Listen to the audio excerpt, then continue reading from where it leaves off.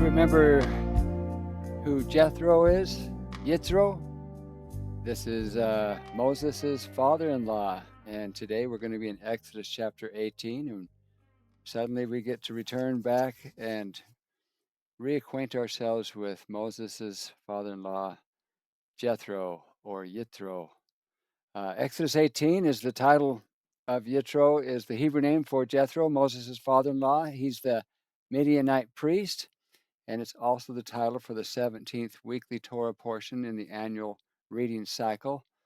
So Exodus 18:1 through Exodus 20:23, marking the momentous giving of the Ten Commandments, and the name signifies his abundance or his excellence. So we're almost to the Ten Commandments as we work through the books of Exodus. But let's get right into this. Exodus chapter 18, verse 1. When Jethro, or Yitro, the priest, or some people say a sheik or chieftain of Midian, Moses' father-in-law, heard of all that Elohim had done for Moses and for Israel, his people, and that Yehovah had brought Israel out of Egypt. Now, in the Joseph Smith translation, he calls him a high priest of Midian. Anyway, we know he's got some importance and some responsibility in that land. And Michael Rood, our Bible scholar, says he knew the whole story because Moses had been there. He knew all of Moses' history, all of his background. For 40 years, Moses tended the sheep of Yithro, and so he knew all about it. And so when Moses got into Egypt because of the danger to his family, he sent Zipporah back with the children to the tents of Yithro in the land of Midian. Now, verse 2, then Jethro, Moses' father-in-law, took Zipporah, Moses' wife, after he had sent her back. Now, Jono Vandor from Australia, he says, the last we heard of Zipporah was in Exodus chapter 4, verse 25, when she threw the foreskin at Moses' feet. Is that right? And our Hebrew scholar Nehemiah Gordon responds, that's right. And apparently the consequence of that incident is that he divorced her. Wow. Now, I'm sure you've never heard that. If you're from the Christian background, this could be interesting. Let's see where he's going with this. He says, the reason I say that is the word in verse 2, it says, and Jethro, father-in-law of Moses, took Zipporah, the wife of Moses, Achar Shiloh Chai Ha, which can translate literally as after he sent her away. But the word sent her away, that's the biblical Hebrew word for divorce. So you could legitimately translate this as after he divorced her. Okay, interesting, I guess, possibility. Now, our Methodist minister, Keith Johnson, says, is Jethro playing the reconciler? What's going on here, Nehemiah? So our Hebrew scholar continues. He says he's trying to reconcile. Moses divorced his wife, and he said, look, you got these two boys with he got these two boys with her, but he says get back with her, or so okay, so his father-in-law is saying get back with her, you've got these two boys. And so he says if I were to translate this freehand, I would translate it after he divorced her, because that's what the word means. That is consistent. That's consistently the Hebrew word for divorce, PL. It's a form of the verb shalach, to send away, when referring to a woman. And the reason is basically before the Torah was given, all divorce really consisted of was kicking the woman out of the house and sending her away, usually to her father's house, if she had a father. Later in Deuteronomy chapter 24, Moses reveals this commandment that not only do you send her away, but you have to give her a document saying that she's sent away, saying that she is divorced and she is now free to marry anyone she wants. Whereas this kind of left her in a state of limbo. Is she married to this guy? Isn't she, or is she not? He kicked her out. It's kind of subjective, whereas with the document, you have legal proof. But in this period of history, this was divorce. That's all divorce consisted of, kicking the woman out of the house. Jethro is playing the marriage counselor, if you like. This is the whole point of mentioning the sons. There are two children here. It didn't work out. You had some kind of thing going on with the foreskins and flint knives. It's interesting. Now, Papa John looks at that and says, I don't know. Uh, Moses was living in their country, tending her father's sheep. Were they sharing a dwelling or were they just down the street? You know, it makes you just wonder. And then with his calling to go to Egypt, she went with him, but then he sent her back. And then Aaron, his brother, came, and we know the rest of the story up to this point. So just interesting to consider, I suppose. Now, Keith Johnson, our Methodist minister, says, I want to thank you, Nehemiah, for reading word by word, letter by letter, accent by accent, jot by jot, and tittle by tittle. As a result, it seems to us that this would be that Moses was divorced and his father-in-law is bringing the wife back and saying, hey, here she is. Never in all my conversations, Keith says, being a pastor, dealing with people and circumstances, never in all of my many, many discussions regarding this have I ever heard that. And based on the word here, we would see that Moses actually sent his wife away from the perspective of, in ancient times, being a divorcement. And I agree, I've never heard that anywhere else. Okay, verse 3. And her two sons, of which the name of one was Gershom, which means a stranger in a strange land, for he said, I have been an alien in a strange land. Verse 4. And the name of the other was Eleazar, for the God of our fathers is my help. And the verse continues, for the God or for Elohim of my fathers said he was mine help and delivered me from the sword of Pharaoh. So Micah Rood just basically chimes in and says, so this is what he named his two sons. Verse 5, and Jethro, Moses' father-in-law, came with his sons and his wife unto Moses into the wilderness, where he encamped at the mount of Elohim. Micah Rood says, so Jethro came into the wilderness of Horeb at the mountain of God. Now we have Jethro showing up where they had been encamped by the mount of God, again, back in the ancient land of Midian at this point.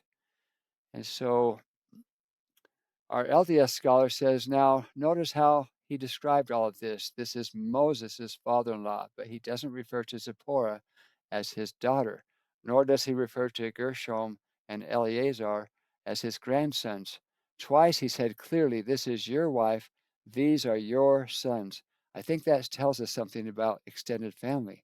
I'm so grateful for the blessings of extended family, but they are a step removed from the immediate family. Remember the marriage ceremony in Eden, that the husband and the wife are going to leave the father and mother and cleave unto one another. A new family unit is created. That takes the place or that supersedes perhaps the previous family organization. But that doesn't mean we leave them entirely or leave them for good. Thank heaven for that, because what has this extended family been doing for Moses all of this time? Everything he could have done if he had been with them. Jethro is providing and protecting and caring for his daughter and his grandsons, but he sees them as Moses' family even more than his own. And then Halverson adds, I'll admit, it is a delicate dance for grandparents to walk and uh, to walk in place for the in-laws. Uh, how much support can I offer without overstepping my bounds and not getting in the way of the kinds of immediate family relationships that need to take precedent, that need to take priority? And then Jared says, I'm grateful for parents and in-laws and brothers and sisters that have children of their own, but have become the ultimate aunts and uncles for my children. It's like concentric circles, a tight-knit, eternal, and intimate family circle. but the next ring outward. I'm also grateful for the support and help that can come from extended family. So, you grandparents out there, you uncles and aunts, I hope you see how vital you can be, especially in times like this when one parent has to do most of the parenting alone. You really can step in and make a huge difference. And specifically, what is Jethro doing as he returns Moses' wife to him and Moses' sons to him? We can do a lot to build family unity. It's tricky. There's a dance to work on, but what can I do to help them be more unified? What support can I offer, and specifically, how can I all help them all get to the mountain of God? That is a place where grandparents can have profound influence, inviting posterity to climb the mountain with them, to return them to the presence of God. That's definitely more along the lines of the mindset of the Latter-day Saints, and I'm grateful for that. That rings true to me with my family experiences, with close knit and extended. Now, Michael Rood says, and after observing what's going on, Yitro spoke to Moses. Verse 7. And Moses went out to meet his father-in-law and did obedience.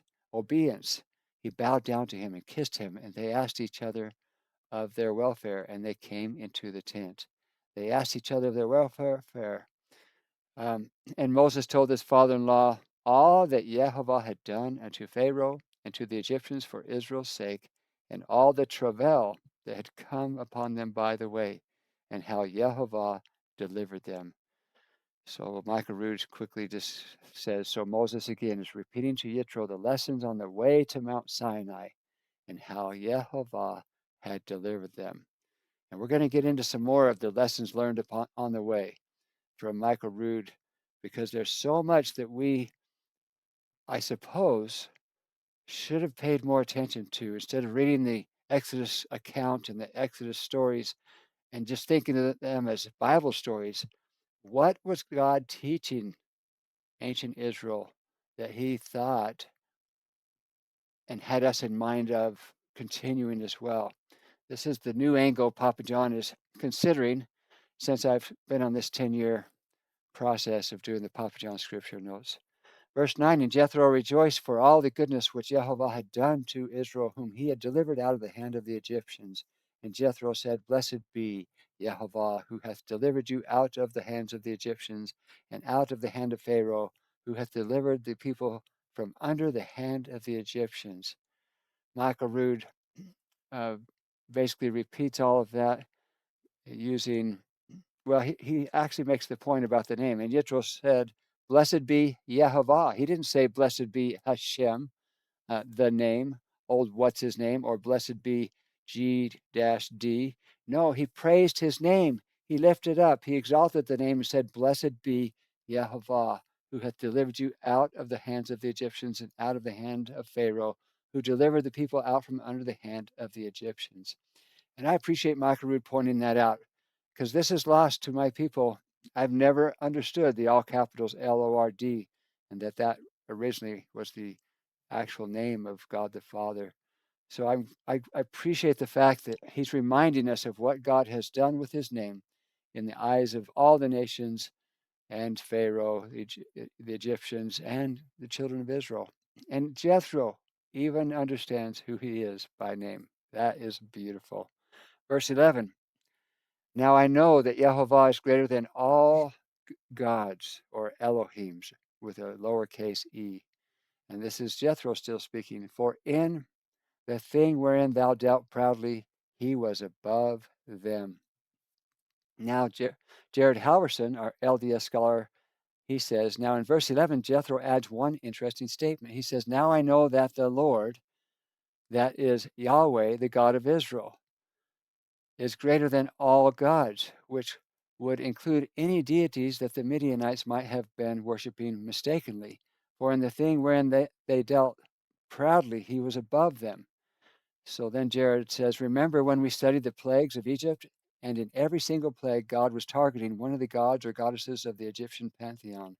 In essence, it was anything you can do, I can do better. If there's a god of the Nile, well, watch what I can do. If you boast as a god over the grain, well, I will send the locusts to eat every last kernel. Pharaoh, you boast of being the son of Ra. Well, you won't be able to protect your own son or Ra himself.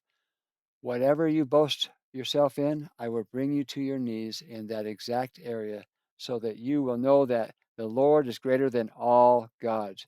I think there's something powerful about the humility that comes in recognizing that no matter how good we are at any specific thing, God is infinitely better at that than we are. So why would we try to do that work without Him?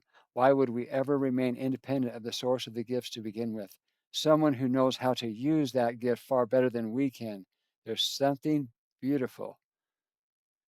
Oh, no, there's some beautiful humility here in verse 11. Now, Papa John just wants to point out the obvious. If you were paying attention, you'll notice that Jared Halverson gets it, and yet he misses just a little detail in that the name. When he says, Now I know that the Lord, and he doesn't mention Lord, other than he does say, hey, that's the Yahweh. But Yahweh is actually just slightly off. In fact, here's my note. Notice that Brother Halverson believes that the name for God, the Father, is Yahweh, just like I used to believe prior to my exposure to the ancient Hebrew insights gained from Dr. Nehemiah Gordon. I now understand that the name Yahweh is a Gentile invention. And to date, Nehemiah has yet to find even the first reference to the name Yahweh in any ancient Hebrew manuscripts that he has gained access to. Yet he has found the name Jehovah with all of its vowel markers several thousand times, leaving no doubt in his mind, finally, as the correct pronunciation for the holy personal name for God the Father. I'm sure Moses and Jethro also understood as they rejoiced in the power of the true and living God, the God of Israel by name. And here I have a link that says the origins of Yahweh. It's on Nehemiah's page, nehemiahswall.com. And if you would like to check that out and understand why he believes Yahweh is a fiction created by Christians and not rooted in the Judeo roots of Christianity or the Hebrew roots of our faith. It's not saying it was intentional. He's just saying, even with Hebrew poetry, Yahweh doesn't fit the poetry. Yah does. And Yah would be on the end of the word, not at the beginning of the word. And he goes into a lot of that stuff. But let's continue for today's uh, episode. Now, Michael Rood, our Bible scholar, he's going to go into this quite a bit. He says, Now I know that Jehovah is greater than all gods, lowercase g gods. This is a response to Moses telling him how all of these plagues in Egypt, every one of them was a specific plague against one of the gods of Egypt to show that they were absolutely powerless. The Almighty has proven that these gods are not gods. That's why it's so ludicrous in America that the commander in chief now tells us, and he's referencing the commander in chief at the time when he talked when I was studying this. Obama was the president of the United States. So then this is what Michael Rood is being critical of. He says that's why it's ludicrous in America that the commander in chief now tells us that we are no longer just a Christian nation, like all these other gods are legitimate. No, they're not legitimate. There is no God such as Allah and Muhammad. And, and there's no God such as Allah, and Muhammad was no prophet. There is no elephant god with 17 arms and all this nonsense. These are manufactured gods that manipulate and control people. I mean, this whole thing with Allah, the false moon god who has entire nations who are megalomaniacs who want to destroy all the infidels like me. I'm an infidel because I do not believe in this false moon god called Allah. This is no, there is no God called Allah. And Yitro is saying that. Here he is, a sheik of Midian, and if he were here with us in the future, he would say it's obvious that there's no God named Allah. There's no Vishnu, there's no Krishna, there's none of these other gods out there that people have created. They are not gods at all. Boy, he shoots pretty straight. A little bit of, well, maybe a lot of it of salt more than just kindness, and a little salt, a little sugar goes a long way You don't have to be a zealot, right? But are his points valid? Just because he's bold and perhaps rude, um, does that discount everything he said? These are still good points that we should consider and at least be aware of. Now, Nehemiah Gordon says, in the Hebrew, it literally says, for concerning the matter which they dealt, zadu means to do something maliciously and not just proudly, to do it maliciously and intentionally.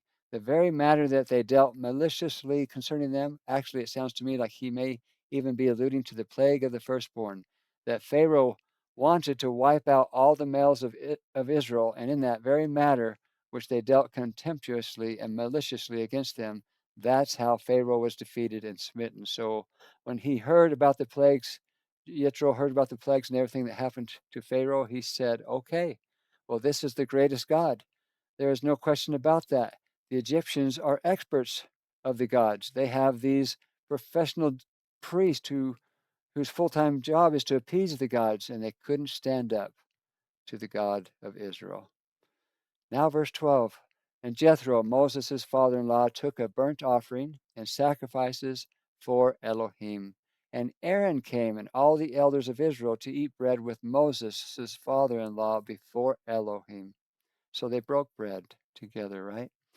Now, again, our Bible scholar, Michael Root. So Yitro, in recognition, he took and made a burnt offering and made sacrifice for the Elohim of Israel. And Aaron came with the elders of Israel to eat bread. Again, it's not just bread. Now they are actually making sacrifices, and they are eating of the sacrifices, which this precedent continues on through the ages. Because later at the temple, when you presented an animal for sacrifice, for say a Thanksgiving offering, for instance, not all sacrifices were done this way, but for the morning and evening oblation, the animals were completely incinerated with nothing left. Nobody touched a bit of it.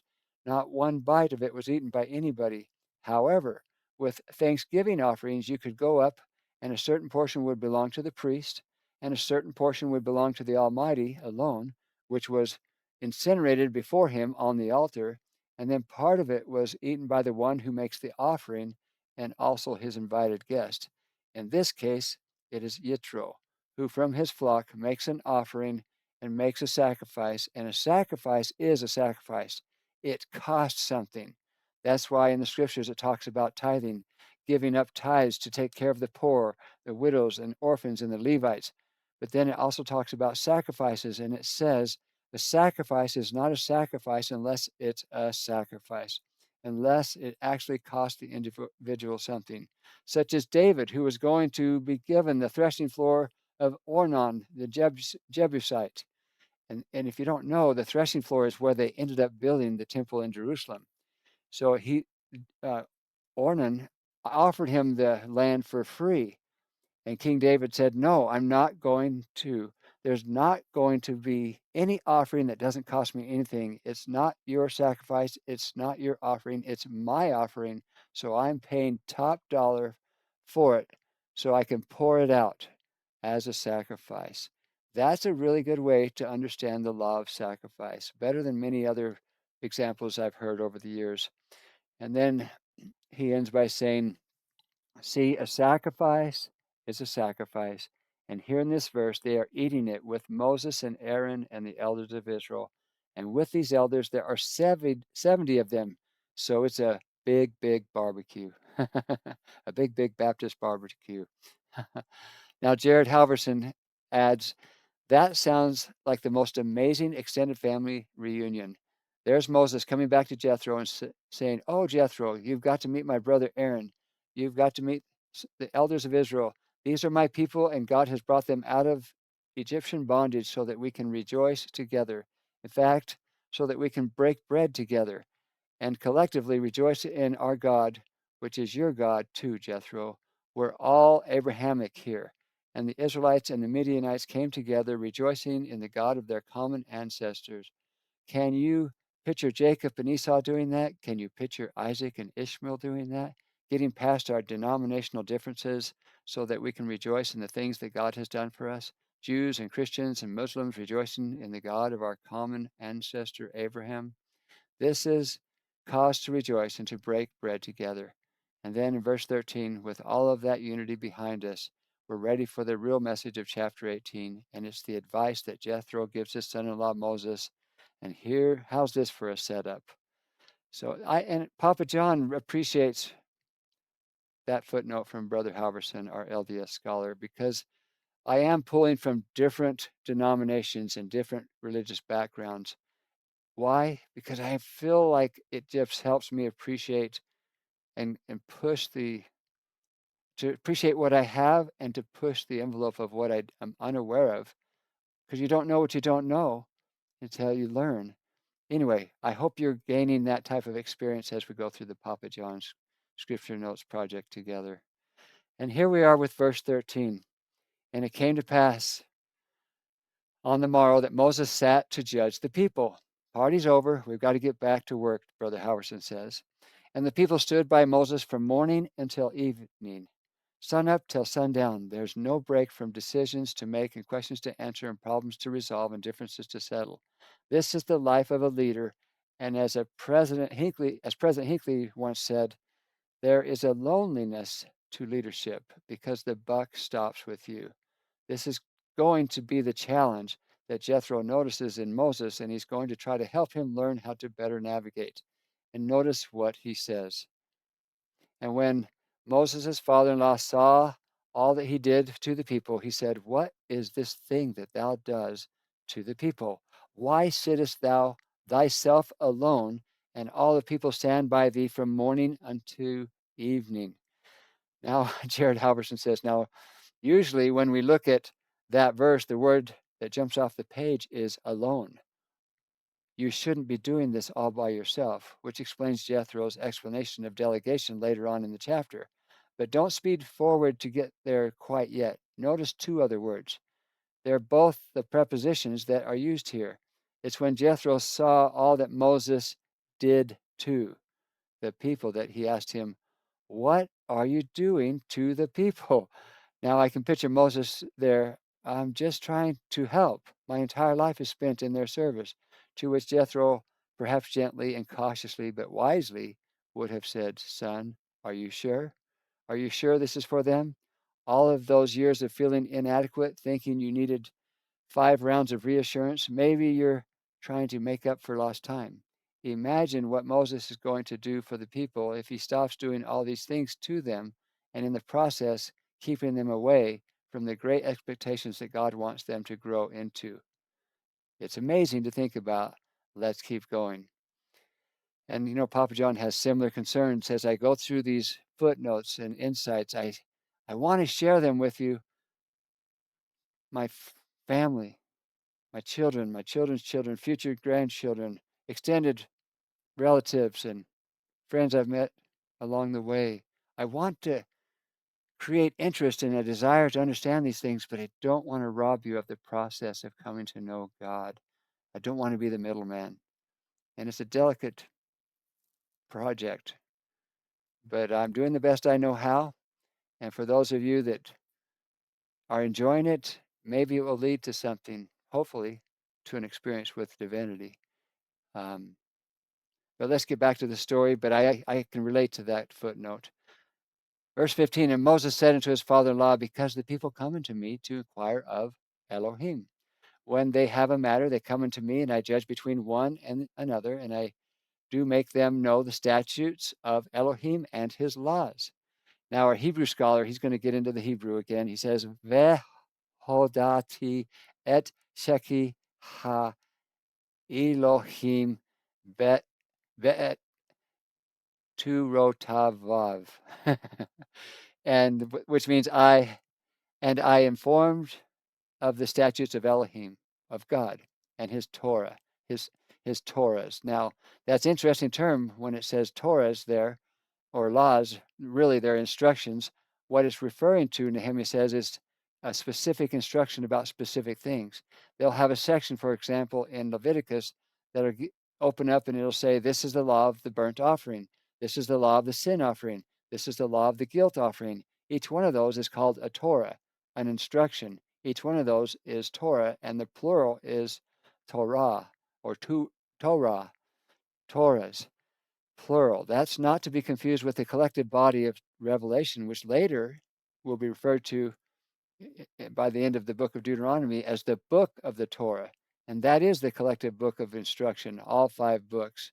Um, there isn't only one of those, which is what we call the 5 books of Moses, that has 5 sections, Genesis through Deuteronomy. But there's really only one Torah. But within that Torah, there are many statutes, or kukim, and Torah, and meshpatim, and different types of commandments. And one of those types is an instruction. Even in this section we read quite a while ago, when it talked about Abraham, it talked about how there was Torah, that he kept the Torah and he kept the instructions. In fact, Papa John's just going to add here, as we get to the 10 Commandments, we're going to realize they weren't actually commandments in the beginning, as Christianity calls them.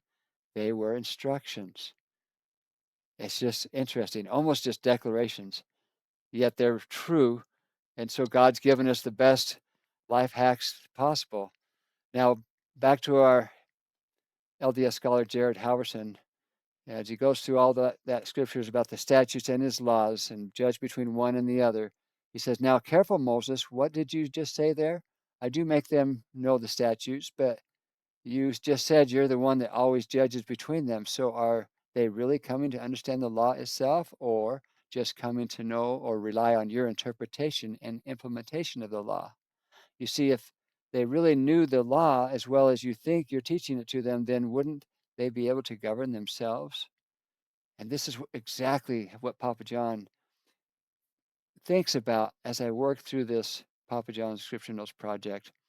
Um, I really don't want to be the middleman, like I was saying previously. And Jared Halverson says, remember the quote from Joseph Smith on how you can lead such great people in large number? When he was asked the same question, he responded, when someone said, how do you lead your people, the Latter-day Saints? And he says, I teach them correct principles and let them govern themselves. And currently, they're still reliant upon you. And that's, again, and it's okay to rely on borrowed light for a time, but eventually we have to stand on our own. And to stand on our own, we better have had experiences with the Spirit, experiences with Christ, and experiences with the Father. And I can testify if each of those are distinct and different. And I had no idea that it was even possible, but it's happened to me over my lifetime. And of course, that's part of my motivation. Now, Jared Halverson ends by saying, believe me, as much as I love to teach the word, I don't want my students to become dependent upon my word. I want them to learn how to discover these truths for themselves. I try to explain what it means to turn aside and see and receive a message instead of just some heat from the burning bush. I try to explain some of the places I turn to as resources, how to get some insights in Hebrew when you don't speak Hebrew. I'm not just trying to teach, I'm trying to train. It's the old adage, teach someone to fish instead of just catching them fish to eat. I'm hoping that we're all learning how to feed ourselves for a lifetime. That goes for my students. It goes for the people I lead. It goes for my children. I'm a fan of independence, yours as well as mine. Well said, Brother Halverson. And verse 17, and Moses' father-in-law said unto him, the thing that thou doest is not good. And Halverson says, um, and again, Moses probably puts his hands up. What are you talking about? This is so self-sacrificial. I don't know what more good I could possibly be doing than trying to resolve these differences and be the go-between God and his people. This is good, believe me. And yet Jethro explains himself. Thou wilt surely wear away both thou and this people that is with thee, for the thing is too heavy for thee. Thou art not able to perform it thyself alone. There's that alone word again, Halverson says. You can't do it by yourself. It's too heavy. Son, don't get me wrong. I know you're doing good. You might be doing too much of it, though. What makes this good work not so good is that it's unsustainable. That's what I'm worried about. Your good works will never become great works because you'll burn out before you get to the next level. You'll burn out and you won't be able to govern them, and they won't be able to govern themselves, which then leaves them leaderless. They're actually worse off than before, if that is the case. He concludes by saying they will surely wear out because they never develop their own strength, their own stamina, their own expertise or endurance. We never gave them the chance to do it. So that's on us, not on them.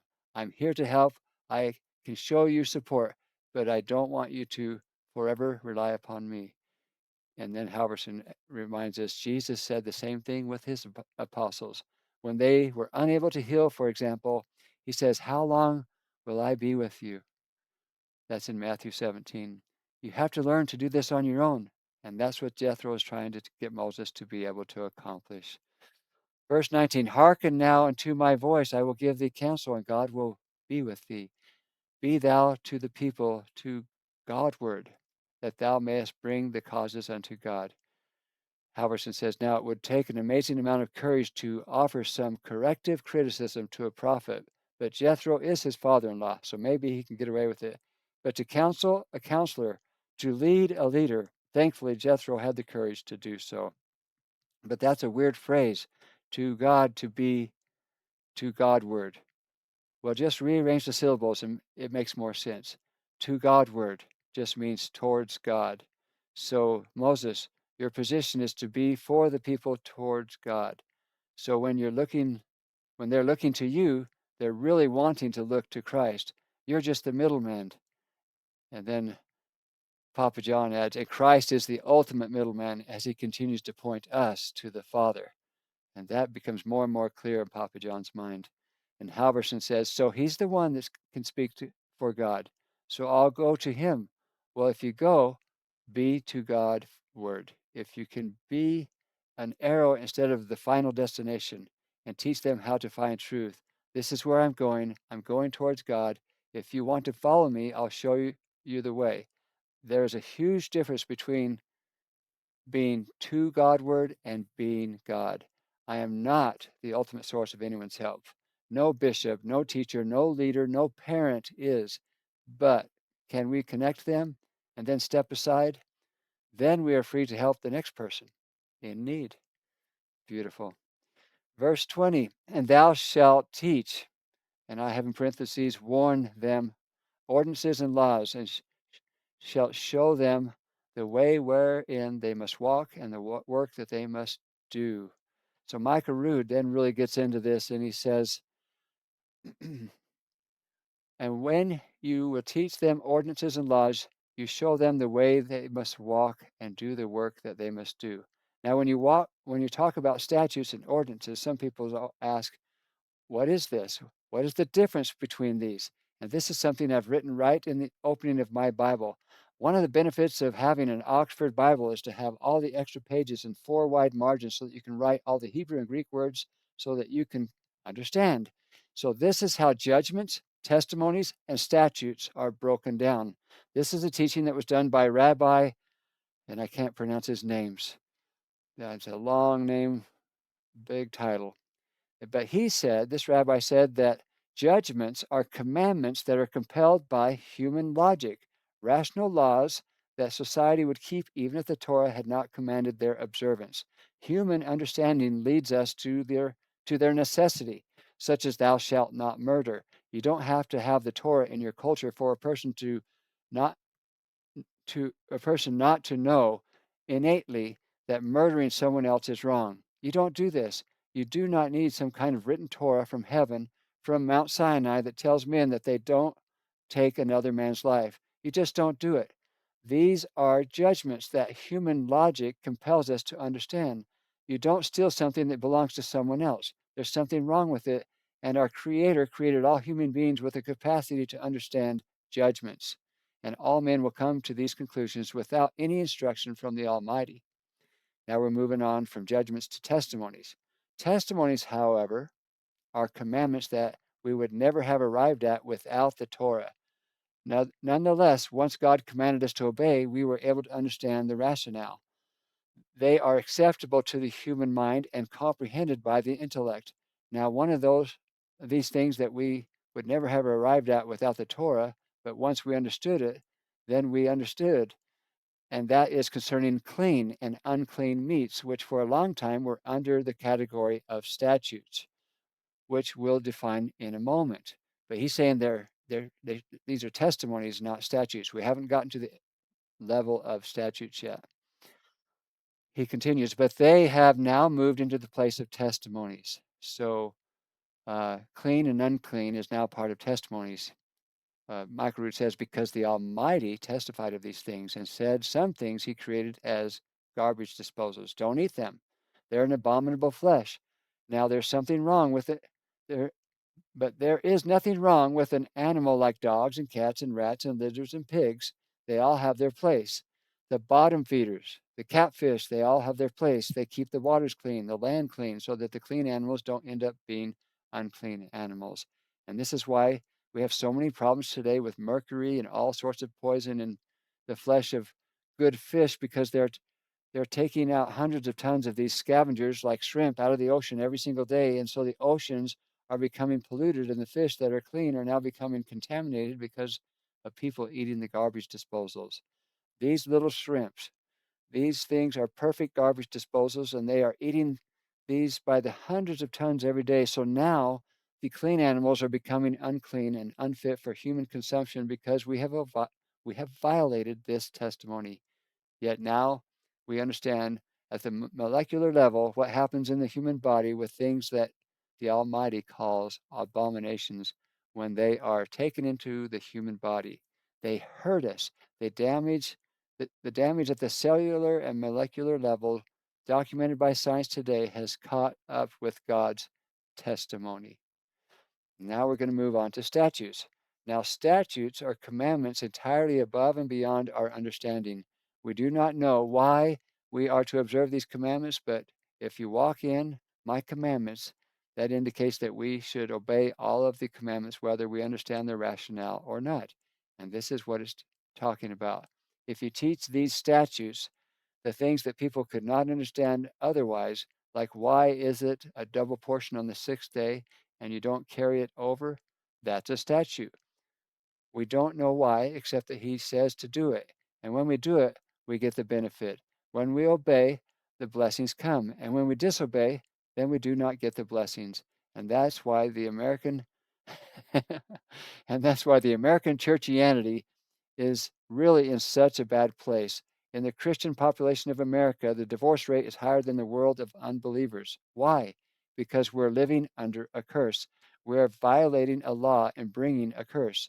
When you violate the law, then you are cursed. You are under the law and you have a curse upon you.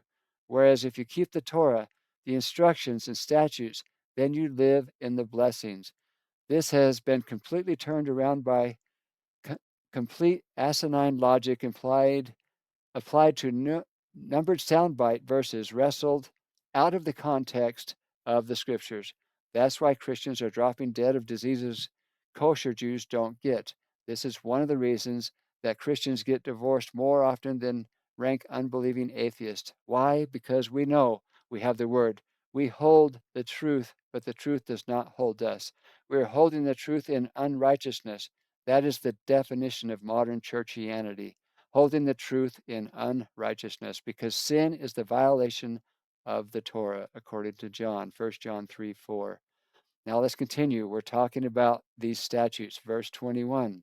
But before we get there, Nehemiah has a little bit to add, and he says, it's extremely important passage.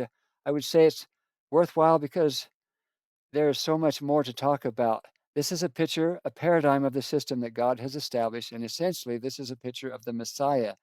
If you would have asked me 10 years ago, I wouldn't have said, or I would have said, definitely not. It doesn't say that.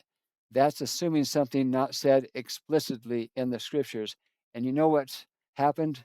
And you know what happens when you assume. But the more I think about it over the years and study it, the more I am convinced that there is a connection here. And one of the reasons for the connection, for, and one of the reasons for connecting the two. So then he says, in fact, Shavuot is the only feast that doesn't have a date. It's not tied to a specific day in the month. It says to count 50 days after the morrow from the Shabbat during the Feast of Unleavened Bread, and it doesn't have a specific day. I think the fact that the revelations of Sinai also doesn't have a specific date, and they both take place early in the third month, and we don't know on what day of the month, it's hard for me to believe that that's an accident. I think more importantly that Moses repeatedly said to Pharaoh, we want to go on to the desert to bring sacrifice to our God for a chag. And chag is a specific term that means pilgrimage feast. And there are only 3 chagim in the Hebrew year. There is the Feast of Unleavened Bread. Well, that was the Exodus. And there's the Chag HaShavuot. That's the Feast of Weeks. And there's the Chag HaSochot, the Feast of Ingathering. And the fact that this Chag coincides with the Chag that they had at Mount Sinai, I can't believe that's a coincidence. There has to be a connection between Shavuot and the revelation at Sinai. Essentially, I feel confident saying now, after all these years, that the Chag of Shavuot is the Chag of that revelation at Sinai. It's that thing that they kept saying to Pharaoh, we've got to go do this in the desert. We've got to go worship our God in the desert and have this experience. And that's a Chag. And then that Chag, Chag, that it actually having that they're actually having becomes, I believe, Chag Ha Shavuot, the Feast of Weeks. This is really foreign, and if it's the first time you're hearing this type of talk, it's just going to go right through one side of your head and out the other. But as it distills upon my heart, and as I try to get my Gentile, Greek, Roman mind to find a place in my brain for this stuff to land, it is beginning to land. And we're in the middle of counting the Omer. To count the Omer, I can't say it right. The Omer, you count 7 Sabbaths, which comes to 49 days. And on the 50th day is then, what we call it in the New Testament, this is when Christ's Spirit, when the day of Pentecost happened. It happened on that 50th day, which is always on a Sunday, because they're counting the Hebrew Sabbath, 7 Sabbaths, 49 days, which means always the 50th day is on a Sunday. And that's when the Spirit and the Holy Ghost descended upon the believers at the temple after Christ had left. Just powerful stuff. And I'm trying to figure it out. And I hope you can be patient and just allow Papa John to be excited about this stuff, even though it's difficult coming from the perspective of Christianity.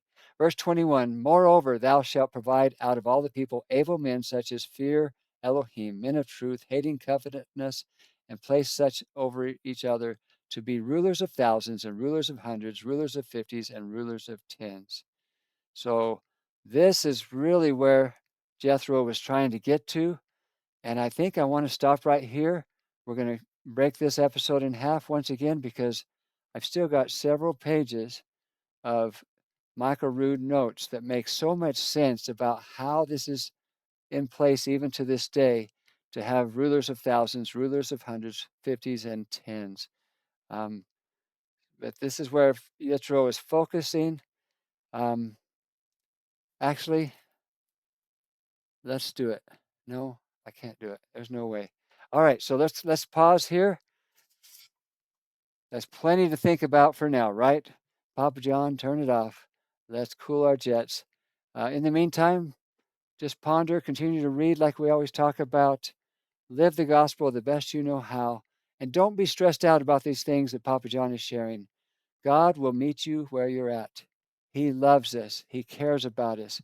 And He will hear your prayers if you never figured these things out. But as I have allowed myself to go down this path, it has only made the restored gospel even more sweet to me. And I think that we could learn a lot and benefit a lot from these Hebrew insights of the Judeo roots of Christianity.